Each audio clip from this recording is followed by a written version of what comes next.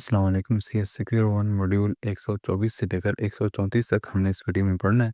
Data link layer को start करेंगे। Data link layer हमने पढ़ा था कि ये OSI मॉडल में जो लेयर 2 होती है उसको बोलते हैं फिजिकल लेयर के बाद जो होती है, और ये नेटवर्क लेयर से पहले होती है, ये उन दोनों के दरमियान होती है। इसका मेन काम जो होता है वो नोड टू नोड कम्युनिकेशन का होता है, मतलब एक डिवाइस से दूसरे डिवाइस की जो कम्युनिकेशन है वो सही से हो, इसका मेनली ये काम होता है। उसमें ये है कि जो आपके पैकेट्स होते हैं, जब उन्होंने एक कंप्यूटर से दूसरे कंप्यूटर में ट्रैवल करना होता है, तो वो मुख्तलिफ नेटवर्क से जो है वो गुज़र के जाते हैं। तो इस सारे नेटवर्क से जब वो गुज़र के जा रहे हैं, तो हमारी कम्युनिकेशन सही रहे, इस सारी चीज़ को मैनेज करती है आपकी डाटा लिंक लेयर। अब कम्युनिकेशन होती कैसे है? यहाँ पे एक सिंपल सी एग्ज़ाम्पल है। इसमें ज़्यादा कॉम्प्लेक्स हम डिटेल में जाएँगे नहीं, क्योंकि हमने इस चीज़ को सारी को बाद में एंड पे दोबारा से पढ़ना है कि कैसे ये सारी चीज़ें होती हैं। अब यहाँ पे बस इतना समझ लें कि जो एलिस था, यहाँ पे इसको अली बोलेंगे ताकि आपको याद रहे, क्योंकि ये बहुत बार-बार आते हैं और मुझे नहीं पसंद है इनके नाम। बहरहाल अली ने जो है अपनी रेडन न्यूक्लियर से एक मतलब सिग्नल भेजा, ठीक है, जो कि राउटर R2 के पास गया, ठीक है, और यहाँ पे इस चीज़ को आप गौर से देखें कि जो डेटा लिंक लेयर है, वो हर अगले नोड की डेटा लिंक लेयर से कनेक्ट हो रही है। ओके, तो यहाँ पे R2 के पास आया, और R2 ने फिर इसको मज़ीद आगे R4 में भेज दिया। R4 क्या था? एक स्विच्ड वैन के साथ कनेक्टेड था, ठीक है, स्विच मतलब वैन मतलब वाइड एरिया नेटवर्क, ठीक है, एक बड़े नेटवर्क के साथ कनेक्ट था। फिर वहाँ से मुख्तलिफ स्विचेज़ से होता हुआ R5 के पास गया, R5 के पास से होता हुआ R7 के पास, R जो है यहाँ पे राउटर्स हैं, ठीक है? और राउटर्स R7 के बाद ये फाइनली जो है हमारे पास बॉब के पास पहुँच गया, इसको हम बाबर बोलेंगे, ओके? और फिर यहाँ पे इसकी डाटा लिंक लेयर से कनेक्ट हो गया। ये सारी बात यहाँ पे लिखी है, आप इसको पढ़ लें, और अगर आपको समझ ना लगे तो फिर इस चीज़ को दोबारा आप देख सकते हैं, नहीं तो एंड पे जाके जब हम इसको मज़ीद डिटेल में देखेंगे आपको समझ लग जाएगी। बट राउटर जो है उसको लेयर 3 डिवाइस भी बोलते हैं। लेयर 3 डिवाइस इस वजह से बोलते हैं कि इसमें OSI मॉडल की अगर आप देखें तो सिर्फ 3 लेयर होती हैं, नेटवर्क लेयर, डाटा लिंक और फिजिकल लेयर। नोड्स और लिंक्स। नोड्स आपकी जो डिवाइसेज़ होती हैं, ठीक है, जिनमें आपके कंप्यूटर या फ़ोन्स या जो भी हैं वो आ जाते हैं, और आपके जो राउटर्स होते हैं उनको बोलते हैं नोड्स। और लिंक्स बेसिकली उनको जो मीडियम जैसे कि केबल्स या वायरलेस सिग्नल से जैसे भी वो कनेक्टेड है, जो चीज़ उनके दरमियान कनेक्शन बना रही है उसको हम लिंक बोलते हैं। ओके। यहाँ पे फिर एक फ़िगर से बताया है कि नोड कहाँ क्या होता है, लिंक क्या होती है, ठीक है? वही चीज़ है कि जो कंप्यूटर है या राउटर्स हैं उनको नोड बोलते हैं, उनके दरमियान जो चीज़ कनेक्शन बना रही है उसको लिंक बोलते हैं। यहाँ पे है कि जो डाटा लिंक लेयर है वो कौन-कौन सी सर्विसेज़ हमें प्रोवाइड करती है। तो ये तो हमने पढ़ लिया कि नेटवर्क लेयर और फिज़िकल लेयर के दरमियान होती है, ठीक है? ये हमने, और ये क्या करती है बेसिकली कि फिज़िकल लेयर से सर्विसेज़ लेती है और नेटवर्क लेयर को प्रोवाइड कर देती है। अब इसकी मज़ीद कुछ जो है इनके क्या बोलते हैं कि सर्विसेज़ हैं, वो कौन-कौन सी हैं? सबसे पहले फ्रेमिंग। फ्रेमिंग क्या करती है कि डाटा को ब्रेक करके छोटे-छोटे फ्रेम्स में, या समझ लें कि छोटे यूनिट्स में कन्वर्ट कर देती है। जैसे पैकेटाइज़ेशन थी उसी तरह की कुछ प्रोसेस होती है। छोटे-छोटे पैकेट्स में, ताकि उनको मैनेज किया जा सके। फिर क्या करती है कि इसी प्रोसेस के दौरान ये उनमें हेडर्स लगा देती है। हेडर समझ लें कि एक नंबर है, ठीक है? आइडेंटिफ़िकेशन के लिए। और इस ये जो हेडर लगाने की प्रोसेस होती है इसको बोलते हैं एनकैप्सुलेशन, और इससे क्या होता है कि एरर चेकिंग वगैरह भी हो जाती है। फिर जब रिसीविंग एंड पे डाटा रिसीव होता है, तो यही हमारी डाटा लिंक लेयर इस हेडर को रिमूव कर देती है, और इस प्रोसेस को बोलते हैं डीकैप्सुलेशन। ओके। उसके बाद है फ़्लो कंट्रोल। फ़्लो कंट्रोल ये है कि ये मेक श्योर करता है कि आपका जो सेंडर है वो बहुत तेज़ ना डाटा भेजने लग जाए, कि आपका जो रिसीवर है उसको डाटा सही से रिसीव ही ना हो। फिर उसके बाद है error control. Error control basically ये है कि जो हमारे सिग्नल है उसमें कोई एरर या उसमें कोई ऊपर-नीचे जो है चीज़ ना आ जाए। मिसाल के तौर पर जैसे हमने देखा था कि कोएक्सियल केबल में हमारा जो सिग्नल था उसमें इलेक्ट्रोमैग्नेटिक वेव्स की वजह से इंटरफेरेंस आ जाती थी, नॉइज़ आ जाता था, जिसकी वजह से सिग्नल ख़राब होता था, तो उसको कंट्रोल करता है। और कंजेशन कंट्रोल ये है कि एक टाइम पे बहुत ज़्यादा डाटा ना भेज दिया जाए, ताकि नेटवर्क ओवरलोड ना हो जाए। तो इस वजह से इस चीज़ को भी ये कंट्रोल करती है। अब यहाँ पे 3 नोड्स के दरमियान कम्युनिकेशन बताइए कि कैसे होती है, ठीक है? तो सबसे पहले हमारा डाटा का नाम या डाटा पैकेट समझ लें वो डाटा लिंक में आता है, तो वो नेक्स्ट जो हमारा नोड होता है उसके पास जाता है। और राउटर के बारे में आपने एक बात गौर से और अच्छी तरह याद रखनी कि ये जितनी कनेक्शन आगे इसके साथ कनेक्टेड होते हैं, जैसे मिसाल के तौर पे यहाँ पे 3 कनेक्शन है, तो मल्टीपल कनेक्शन होते हैं, जितने कनेक्शन होंगे उतनी इसकी डाटा लिंक लेयर होंगी।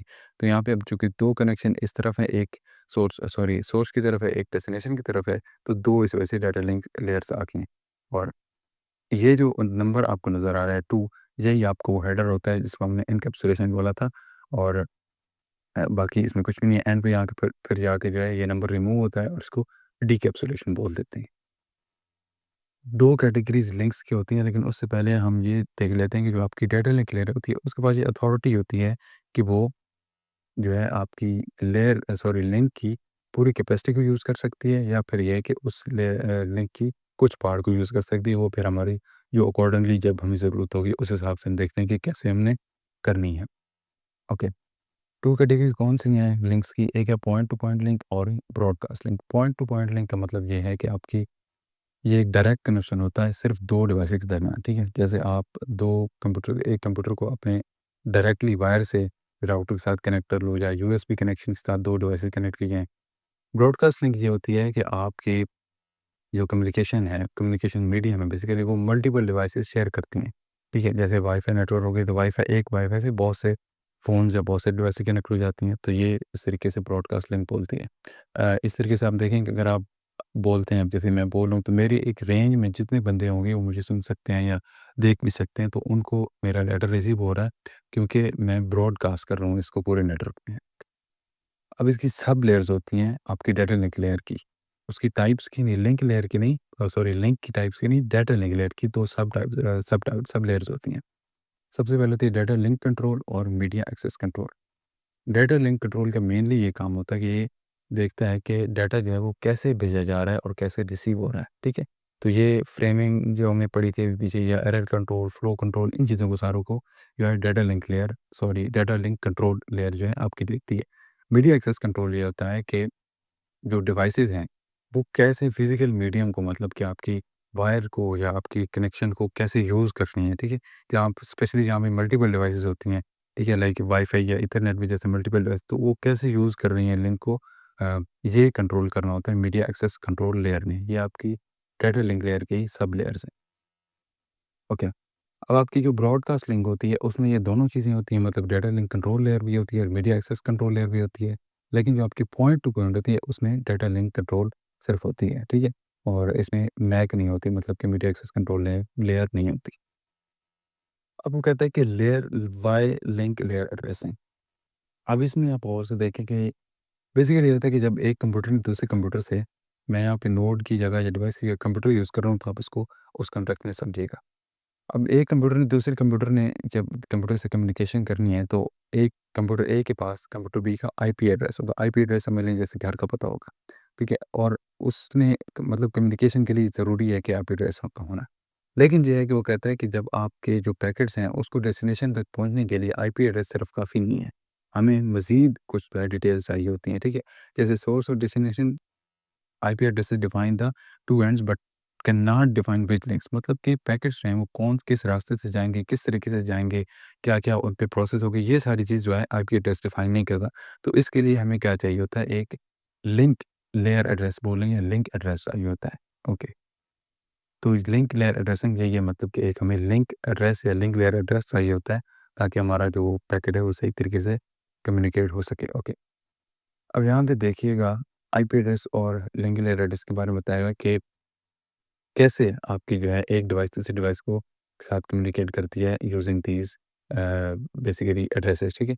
अभी हम कुछ टाइम के लिए ये जो हमारी इन्होंने सर ने बनाई है, इसको सॉरी, हम इसको हाइड कर देते हैं ताकि हम अपनी चीज़ को क्लियरली समझ सकें। ओके।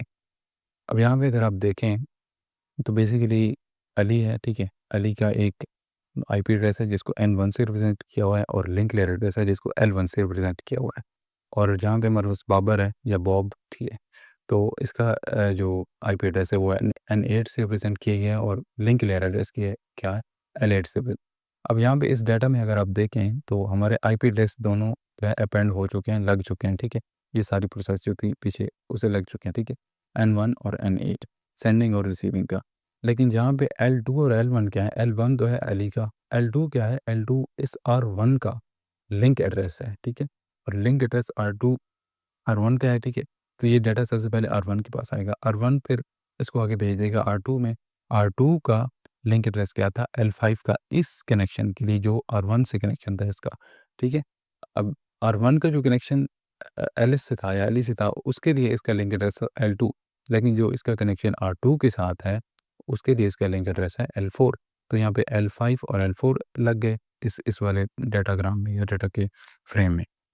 और जब R2 के पास आया तो R2 ने आगे इसको बॉब तक भेजना था, तो बॉब तक भेजने के लिए इसका जो लिंक एड्रेस था वो था L7 और बॉब का हमें पहले से ही पता है कि इसका L8 था, तो वो L8 और L7 लग गए हैं। जबकि हमारे जो आईपी एड्रेसेस थे यानी कि N वाले वो शुरू से सेम ही रहे हैं। यहाँ पे जो लिंक लेयर एड्रेस जो मैं बार-बार बोल रहा हूँ, जो L से रिप्रेजेंट किया हुआ है, इसको आप फिजिकल एड्रेस भी बोल सकते हो, मैक एड्रेस भी बोल सकते हो या सिंपल लिंक एड्रेस भी बोल सकते हो। तो ये 3 टर्म्स आ जाएँ तो आप कन्फ्यूज़ ना हो उनसे। ओके, अब हम अपनी इस चीज़ को वापस लेके आते हैं और देखते हैं कि ये क्या है। तो बेसिकली क्वेश्चन ये आता है कि जो एलिस है उसको कैसे पता चला कि मैंने बॉब को भेजना है और बॉब का आईपी एड्रेस N8 है, ठीक है? तो उसको पता चला डीएनएस से। डीएनएस बोलते हैं डोमेन नेम सिस्टम, ठीक है? डोमेन नेम सिस्टम एक सिस्टम होता है जिससे आईपी एड्रेसेस आपकी डिवाइसेस के क्रॉस शेयर होते हैं, लेकिन ये आपके कोर्स में है नहीं तो इसको हम यहीं पे स्किप करते हैं। ये है आर जो कि आपकी लिंक लेयर एड्रेस के साथ डील करता है। मतलब एलिस को आईपी एड्रेस तो पता चल गया डीएनएस से और लिंक एड्रेस वो कहाँ से पता चला? आर्प से। आर्प क्या है? Address resolution protocol. ये जैसे आपका टीसीपी आईपी था, प्रोटोकॉल था, ये भी एक उस तरीके का प्रोटोकॉल होता है। ओके, अब इसमें हम देखते हैं कि कैसे ये इसको डिवाइस इसका लिंक लेयर का एड्रेस का पता चलता है। यहाँ पे वो बोलता है कि 3 टाइप्स हैं एड्रेसेस के, एक है यूनिकास्ट, मल्टीकास्ट, प्रोटो इनको जल्दी-जल्दी देखते हैं। यूनिकास्ट बेसिकली ये होता है कि जो फ्रेम है वो सिर्फ़ एक डिवाइस को भेजा जाता है, ठीक है? एक मखसूस डिवाइस को भेजा जाता है, तो उस डिवाइस का जो है the address identify single receiver, ठीक है? इस एड्रेस में सिर्फ़ एक सिंगल रिसीवर होता है, ठीक है? जैसे कि आप समझ लीजिए your laptop data directly to your router, ठीक है? आपने जो देखा था कि वायर से कनेक्टेड है हमारा लैपटॉप एक राउटर से था, तो वो उनके दरमियान जो कनेक्शन है वो एक यूनिकास्ट एड्रेस के थ्रू हो रहा है। मल्टीकास्ट क्या होगा कि एक ग्रुप ऑफ डिवाइसेज़ को हम डाटा भेजते हैं, ठीक है? और इसमें जैसे कि एक वीडियो स्ट्रीमिंग हो रही है तो वो मल्टीपल यूज़र को मिल रही है, ठीक है? ब्रॉडकास्ट क्या होती है कि एक नेटवर्क में नेटवर्क को आप समझते हैं कि एक रूम में जितनी भी डिवाइसेज़ हैं, उन सबको डाटा मिल जाता है, ठीक है? और इसका आप समझ लें कि जैसे कोई डिवाइस न्यू नेटवर्क रन करती है, तो वो एक ब्रॉडकास्ट भेजती है कि मुझे जो है जो लोकल डीएचसीपी सर्वर है, उसके साथ कनेक्शन जो है बनाना है, तो वो एक ब्रॉडकास्ट भेजती है। ब्रॉडकास्ट आप इस नॉर्मल जनरल मीनिंग में भी देखें कि जो आपकी न्यूज़ वगैरह होती हैं, वो ब्रॉडकास्ट हो रही हैं, तो वो मतलब सा सबको मिल रही होती हैं। ओके, यहाँ पे इनकी एग्ज़ाम्पल्स हैं। यूनिकास्ट एक कैसा एड्रेस होता है, बेसिकली ऐसा नज़र आता है।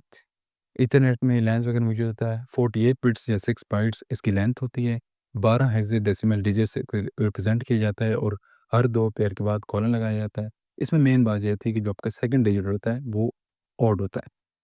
नेक्स्ट है मल्टीकास्ट। मल्टीकास्ट में वही सारी सेम चीज़ें हैं, 12 हेक्साडेसिमल डिजिट्स होंगे, 48 बिट्स होंगे, बट इसमें जो सेकंड डिजिट होता है, वो इवन होता है। और लास्ट में जो मल्टीकास्ट है, उसमें ये होता है कि 48 बिट्स होंगे भाई, 12 हेक्साडेसिमल डिजिट, लेकिन इसमें जो आपका एड्रेस है, वो सारा फंड्स की फॉर्म में रिप्रेज़ेंट किया जाता है, तो ये कुछ ऐसा नज़र आता है। ओके, अब एड्रेस रिज़र्वेशन प्रोटोकॉल क्या होता है और क्यों हमें ज़रूरत पड़ता है? तो हम ये चीज़ पहले देख चुके हैं कि हमारा जो आईपी एड्रेस है वो इनफ नहीं है हमारी पूरी कम्युनिकेशन के लिए, क्योंकि हमारा जो पैकेट्स होते हैं उन्हें डिफरेंट नेटवर्क के थ्रू गुजर के जाना होता है, डिफरेंट लिंक्स के थ्रू जाना होता है, डिफरेंट पाथ्स यूज़ करने होते थे। उसके लिए हमें क्या चाहिए? एक एक लिंक लेयर एड्रेस चाहिए। लिंक लेयर एड्रेस के लिए हमें चाहिए होता है एड्रेस रिजर्वेशन प्रोटोकॉल। ओके, यहाँ पे इसकी पोजीशन देखते हैं कि आर्प की पोजीशन क्या होती है टीसीपी आईपी प्रोटोकॉल में। तो ये आपकी नेटवर्क लेयर है, ठीक है? और ये आपकी इंटरनेट प्रोटोकॉल है। इंटरनेट प्रोटोकॉल से आपका आईपी एड्रेस आया, आईपी एड्रेस आर्प में गया यानी कि एड्रेस रिज़ॉल्यूशन प्रोटोकॉल में गया और इससे इस आईपी एड्रेस से इस आर्प ने हमें एक लिंक लेयर एड्रेस निकाल के दिया। तो अब हम अगर पीछे जो हमने अभी थोड़ी देर पहले एग्ज़ाम्पल देखी थी, तो एलिस को ऐसे पता चला था कि इसका जो आपका है बॉब का क्या लिंक एड्रेस कौन-सा है। ओके। अब यहाँ पे एक और ऑपरेशन बताया कि और ऑपरेशन बेसिकली होता क्या है? यहाँ पे सिस्टम सिस्टम ए ने एक रिक्वेस्ट भेजी पूरे नेटवर्क में कि भाई मेरा है लिंक जो एड्रेस है वो L1 है और आईपी एड्रेस है अननोन। मैंने एक सिस्टम के साथ कम्युनिकेशन करनी है जिसका आईपी एड्रेस मुझे पता है वो है N2। तो इसने पूरे नेटवर्क में ब्रॉडकास्ट किया कि N2 किसका है? ये बताओ। तो सिस्टम बी ने जब इस रिक्वेस्ट को देखा तो उसने फिर रिप्लाई दिया कि भाई मैं हूँ N2 वाला और मेरी जो लिंक एड्रेस है वो L2 है, आप ले लो और कम्युनिकेशन कर लो। तो बस इसमें ये है। और इसमें फिर एक कॉन्सेप्ट इससे रिलेटेड है, मैं सॉरी एआरपी कैशिंग या एआरपी कैशिंग। ये बेसिकली ये होता है कि जब सिस्टम ए के पास सिस्टम बी का एड्रेस आ गया, तो अब उसने क्या किया कि इसको एक मेमोरी में छोटे से मेमोरी एरिया में स्टोर कर लिया, ताकि जब नेक्स्ट टाइम इसने कम्युनिकेशन इसके साथ करनी हो, तो दोबारा से ये रिक्वेस्ट वाला जो झंझट झंझट है ना करनी पड़े। ओके। अब एआरपी पैकेट क्या होता है या कैसे होता है? तो ये उसका स्ट्रक्चर बताया हुआ है कि उसमें ये सारी इन्फॉर्मेशन होती है, ठीक है? कौन-कौन सी इन्फॉर्मेशन होती है? हार्डवेयर टाइप होती है, हार्डवेयर लेंथ होती है, प्रोटोकॉल टाइप होती है, प्रोटोकॉल लेंथ होती है। अब ये चीज़ें क्या है? हार्डवेयर लेंथ और हार्डवेयर टाइप और लेंथ का मतलब ये है कि ये आपको बताता है कि कौन-सा फिज़िकल नेटवर्क यूज़ हो रहा है, ठीक है? मिसाल के तौर ईथरनेट यूज़ हो रहा है और इसकी फिर जो उसमें एड्रेस है, अब ईथरनेट में जो एड्रेसेस हैं, उसमें उसकी लेंथ कितनी है, ठीक है? तो फॉर एग्ज़ाम्पल मैक के लिए 6 बाइट्स हमने पीछे देखे थे, यूनिकास्ट, मल्टीकास्ट और जो बाकी चीज़ें थी, ठीक है? तो उनमें 6 बाइट्स थे, 48 बिट्स थे, ठीक है? तो यहाँ पे लेंथ से मुराद वो है और प्रोटोकॉल टाइप और लेंथ क्या है कि ये आपको बताता है कि नेटवर्क एड्रेसेस कौन से यूज़ हो रहे हैं। जैसे कि आईपी एड्रेस हम यूज़ कर रहे हैं और उसकी फिर लेंथ क्या होगी, उसकी लेंथ डिफरेंस होती हैं। जैसे आईपीवी4 के लिए 4 बाइट्स होती हैं और आईपीवी6 वगैरह के लिए 6 होते हैं। ये जो 4 चीज़ें ये क्या है? सोर्स हार्डवेयर एड्रेस का मतलब है कि आपकी जो अ, रिक्वेस्ट कर रही है डिवाइस, उसका लिंक एड्रेस क्या है? और जो सोर्स प्रोटोकॉल एड्रेस है कि जो सोर्स रिक्वेस्ट कर रहा है उसका आईपी एड्रेस क्या है? तो प्रोटोकॉल एड्रेस मतलब आईपी एड्रेस, हार्डवेयर एड्रेस मतलब कि लिंक लेयर एड्रेस और डेस्टिनेशन हार्डवेयर एड्रेस, क्योंकि ये तो हमने अभी फाइंड करना था। आर रिक्वेस्ट से हमने देखा था कि हम फाइंड करते हैं तो ये हमारे पास ये इस वजह से ये वाला जो पोर्शन है एम्प्टी होता है रिक्वेस्ट में। और लास्ट पे डेस्टिनेशन प्रोटोकॉल एड्रेस मतलब कि डेस्टिनेशन का आईपी एड्रेस, जो कि मैंने यहाँ पे वैसे लिख दी है कि N2 फॉर एग्जांपल अगर हमारे पास होगा तो लास्ट पे ये चीज़ आती है। ओके। अब यहाँ पे कि हमने इंटरनेट की एग्जांपल पढ़नी है, मतलब एक नेटवर्क की एग्जांपल पढ़नी है कि आर्प के थ्रू कैसे डाटा उसमें जो है डाटा सॉरी बोल रहा हूँ पैकेट उसमें कैसे जो है कम्युनिकेट होता है या कैसे चलता है। ओके। तो यहाँ पे बेसिकली ये है कि एक एलिस की साइट है और एक एलिस का कंप्यूटर समझ लें और एक बॉब का कंप्यूटर है या वही अली और बाबर का। ओके। और इन ये जो है 2 राउटर्स के थ्रू एक दूसरे से कनेक्टेड हैं। यहाँ पे एनए और एलए, एनबी और एलबी जो हैं एलिस और बॉब के लिंक एड्रेसेस और प्रोटोकॉल एड्रेसेस या आईपी एड्रेसेस हैं, ठीक है? तो एनए से मतलब कि एनए और एनबी इनके आईपी एड्रेसेस हैं और एलए और एलबी इनके लेयर एड्रेसेस हैं, लिंक लेयर एड्रेसेस हैं। यहाँ पे जो राउटर्स हैं उनके लिए नंबरिंग यूज़ की है कि एन1 और एल1 इसकी राउटर की इस साइड की लिंक लेयर एड्रेस और प्रोटोकॉल एड्रेस हैं, आईपी एड्रेस हैं और N2 और L2 इस साइड के लिए हैं। सिमिलरली R2 के लिए N3 और L3 इस साइड के लिए हैं और N4 और L4 इस साइड के लिए। अब यहाँ पे इनमें बेसिकली सिग्नल या डाटा ट्रांसफ़र कैसे होता है? तो यहाँ से शुरू करते हैं, ठीक है? नेटवर्क लेयर से NA और NB नेटवर्क लेयर के पास इन्फॉर्मेशन आ गई, डाटा भी आ गया। अब इसने कहा कि भाई ये एनबी क्या है? ठीक है, एनबी को मैंने डाटा भेजना है तो मैं कैसे भेजूँगा? तो इसने एक आर रिक्वेस्ट भेजी जो एलिस का आर्प था। इसने एक रिक्वेस्ट भेजी R1 के आर्प को, ठीक है?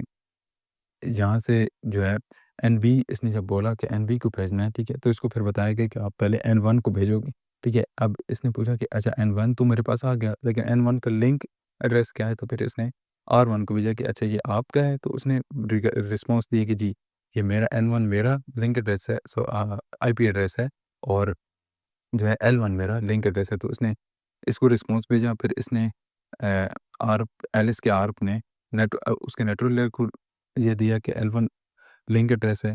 उस नेटवर्क लेयर ने डाटा लिंक लेयर को उस डाटाग्राम के साथ-साथ उस जो आपका अगला नोड था, उसका लिंक एड्रेस दे दिया और फिर डाटा लिंक लेयर ने जो हमारी 2 नोड्स थे, मतलब जो सेंड कर रही थी डिवाइस वो और जिसको सेंड किया जाता है उसका, दोनों का लिंक एड्रेस यहाँ पे लिखती है, ठीक है? एलए और एल1 और एनए और एनबी तो आईपी एड्रेसेस थे सेंडिंग और रिसीविंग डिवाइस का। और फिर ये पूरा पैकेट हमारा फ्रेम जो है फिज़िकल लेयर में है, फिज़िकल लेयर से ये एक सिग्नल की फॉर्म में आर2 में आर1 में चला गया। ओके। अब आर1 में वही सारी चीज़ें रिपीट हो रही हैं कि लेकिन यहाँ पे पहली चीज़ें रिवर्स होंगी, ठीक है? यहाँ पे पहले डीकैप्सुलेशन होगी। ये जो चीज़ हुई है ना सारी, यहाँ पे एन-ए-एन-बी लगे हैं और यहाँ पे एल1, एल-ए लगे हैं, ये सारी चीज़ होती है एनकैप्सुलेशन। और जो यहाँ पे चीज़ें हो रही हैं कि यहाँ पे आप देखें कि यहाँ पे पूरा हमारे पास फ्रेम था, यहाँ पे सिर्फ एन-ए और एन-बी रह गए हैं, एल-ए और एल-1 निकाल दिए, मतलब कि डीकैप्सुलेशन हो गई है क्योंकि नेटवर्क लेयर को इन चीज़ों की ज़रूरत नहीं होती। ओके, अब ये R1 की नेटवर्क लेयर है, इसके पास यहाँ पे मैसेज आया, इसने वही सारी चीज़ रिपीट की कि NB के साथ अभी भी NB के साथ कम्युनिकेशन करनी है। तो उसके ऊपर बताया गया कि पहले आपको N3 वाली जो डिवाइस है उसके साथ कम्युनिकेशन करनी पड़ेगी। तो उसके बाद जो है ये R के पास गया, R1 के R के पास गया और R ने बताया कि N3 जो है वो R2 का आईपी एड्रेस है और R2 ने रिस्पॉन्स दिया कि जी, ये मेरा एड्रेस है, ये लो मेरा link address. Link address R1 के R के पास आया और इसने फिर नेटवर्क लेयर को भेजा, फिर वही सारी चीज़ रिपीट हुई कि L3 जो था यानी कि R2 का लिंक एड्रेस वो आपकी डेटा लिंक लेयर को मिला। डेटा लिंक लेयर को मिलने के बाद उसने जो है अब यहाँ भी आप देखें कि हमारी जो सेंडिंग और रिसीविंग डिवाइस हैं, वो लिंक एड्रेस उनके चेंज हो चुके हैं, ठीक है? यहाँ पे LA और L1 थे, यहाँ पे L2 और L3 हो गए, यानी कि यहाँ से अब यहाँ पे जो है कम्युनिकेशन हो रही है R1 और R2 के दरमियान। फिर वही चीज़ जो पूरा फ्रेम जब हमारा तैयार हो गया तो फिज़िकल लेयर में आया, फिज़िकल लेयर वो एक सिग्नल में कन्वर्ट हुआ और फिर वो R2 को पहुँच गया। अब R2 में फिर अगेन से वही सारी चीज़ रिपीट हुई है और फिर यहाँ से सिग्नल जो है वो बॉब के पास पहुँच गया। अगर आपको ये चीज़ समझनी तो फिर इस वीडियो को थोड़ा-सा पीछे करके देख लें, आपको समझ लीजिए बहुत ईज़ी है, बहुत ही ईज़ी है बेसिकली। लेकिन आपको बस ये समझना पड़ेगा कि प्रोटोकॉल एड्रेस क्या है और लिंक लेयर एड्रेस क्या है और ये कैसे कहाँ-कहाँ पे अपेंड होते हैं, कहाँ-कहाँ पे रिमूव हो जाते हैं। ओके, अब फाइनली जो सिग्नल है वो बॉब की तरफ पहुँच गया और बॉब की तरफ पहुँचने के बाद सबसे पहले फिज़िकल लेयर में आया। फिज़िकल लेयर ने इसको जब डाटा लिंक लेयर में भेजा तो जो जो हमारे लिंक एड्रेसेस थे उनको रिमूव कर दिया और फिर जब डाटा लिंक लेयर ने सिग्नल नेटवर्क लेयर को भेजा तो उसने जो हमारे थे आईपी एड्रेसेस उनको भी रिमूव कर दिया और हमारा जो एक्चुअल डाटा था वो हमें रिसीव हो गया। ये फ़ाइल आपको डिस्क्रिप्शन में मिल जाएगी, अगर किसी बात की समझ ना आए तो आप कमेंट्स में पूछ सकते हैं। और ये लेक्चर वैसे काफ़ी लेंथी हो जाता है लेकिन मैंने पूरी कोशिश की है कि जितना शॉर्ट इसको रख सकूँ, क्योंकि इसमें जो आपके टॉपिक्स थे वो काफ़ी ज़्यादा थे और काफ़ी लेंथी थे।